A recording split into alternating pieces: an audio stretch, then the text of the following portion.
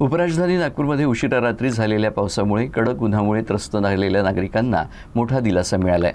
हवामानात अचानक झालेल्या या बदलामुळे तापमानात घट झाली असून नागरिकांनी गारव्याची सुखद रात्र अनुभवली। नागपूरमध्ये आज पहाटे सुमारे 4 वाजता अचानक हवामानात मोठा बदल झाला। शहरातील अनेक भागांमध्ये हलक्या ते मध्यम स्वरूपाचा पाऊस झाला। गेल्या काही दिवसांपासून कडक उन्हामुळे आणि वाढत्या तापमानामुळे त्रस्त असलेल्या नागरिकांसाठी हा पाऊस दिलासादायक ठरलाय। पावसानंतर तापमानात घट जाणवली असून सकाळच्या वेळी थंड वाऱ्यांमुळे वातावरण अधिकच आल्हाददायक झालं। हवामान विभागाने यापूर्वीच 17 ते 20 मार्च दरम्यान पावसाची शक्यता वर्तवली होती।